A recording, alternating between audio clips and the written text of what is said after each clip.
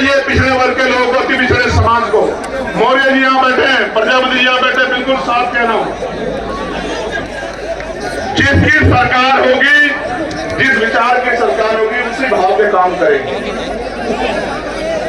इस उत्तर प्रदेश में पिछड़े अति पिछड़े समाज की जब 1931 में जनगणना हुई तो 52% था। फिर उसके बाद 600-700 नई जातियां उसमें जोड़ दी गई। आज वो 70% के करीब, 65% के करीब मिल क्या रहा है, 27% आरक्षण। वो भी मध्य प्रदेश में जहां 90% SC/ST OBC है, वहां मिल रहा है 14%, 13% आज तक भी नहीं दे रहे। यूजीसी का मामला सुप्रीम कोर्ट में जाता, मैं सम्मान करता हूं सुप्रीम कोर्ट का, लेकिन अगले दिन स्टे हो जाता है। लेकिन आपका मामला कई सालों से पड़ा, कोई पूछने वाला नहीं है। आज मैं ऐलान करके कह रहा हूं, आप जाके घर घर बताना, और क्योंकि हम लोग महापुरुषों को मानने वाले लोग हैं, हमारा संकल्प ही हमारी शक्ति है। जिस तरह केंद्र की सरकार ने 10% आरक्षण 3 दिन के अंदर सामान्य जाति के गरीब भाइयों को दिया था बिना आंकड़ा जुटाए, 15% आरक्षण पिछड़ी अति पिछड़ी वर्ग की भाइयों को 27% से अलग आजाद समाज पार्टी काशीराम दिलाने का काम करेगी। मेरी बात को आप याद रखें। जो अति पिछड़ी जातियां हैं, 100 नौकरी आएगी तो 15 नौकरी आपके परिवारों में उस तरह पहुंचेगी जिनमें आपके हिस्से को कोई दूसरा नहीं ले पाएगा, और बाकी आपकी हिम्मत पे है।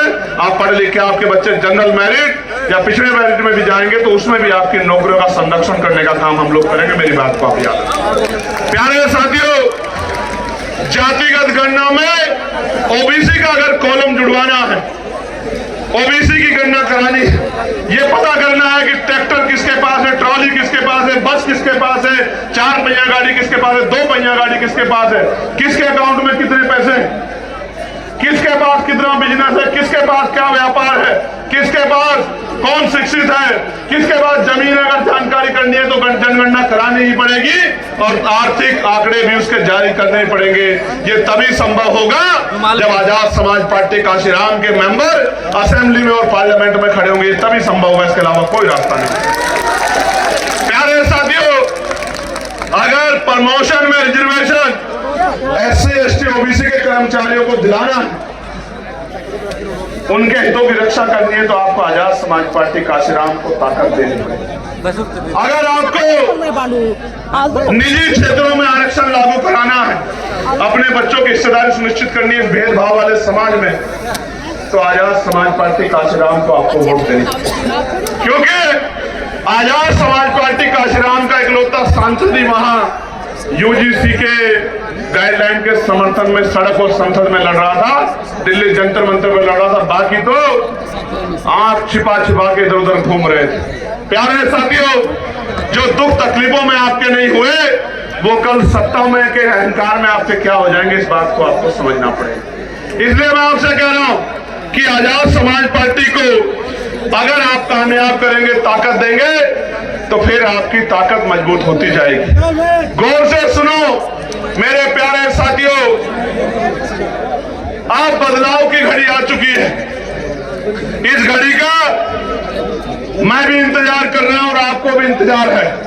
आप जो इतना पैसा खर्च करके, समय खर्च करके इस कड़ाके की गर्मी में यहां डटे हुए हो, तो फिर आज यहां दिल पे ये संकल्प लेके जाओ, अपने दिल में दिमाग में बात मजबूत करके जाओ कि हमारे ऊपर जो जुल्म हुआ है, हमारे ऊपर जो अन्याय हुआ है, हमारे अधिकारों को जो लूटा गया है, हमें एक एक अधिकार छीन के लेना है, और छीन के लेने के लिए हमें शक्ति बनानी है। और लोकतंत्र में शक्ति वो वोट में होती है। अपने वोट को मजबूत करना है, अपने बूथ को मजबूत करना है, अपने सत्य को मजबूत करना है। प्यारे साथियों, आज जनता की अदालत लगी है, जनता की अदालत, और जनता की अदालत में फैसला होना है, और इसका मौका 2027 में आएगा। बेसब्री से इंतजार है मुझे कि आप अपनी गुलामी की बेड़ियां काटने के लिए किस तरह का प्रयास करोगे, ये बताने के लिए मैं आज आपके पास आया। प्यारे साथियों, मेरी बात पर गौर करो। कब तक बेबसी, लाचारी, गरीबी, बीमारी, परेशानियों की जिंदगी जियोगे?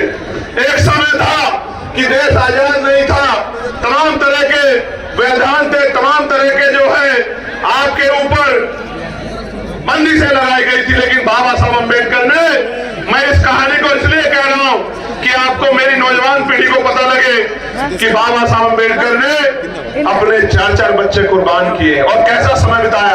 गौर से सुनो, ये जो अगली 10 मिनट है, ये आपके दिल पे ऐसी छाप छोड़ेगी कि आपको पता लगेगा बाबा साहब ने हमारे लिए क्या किया।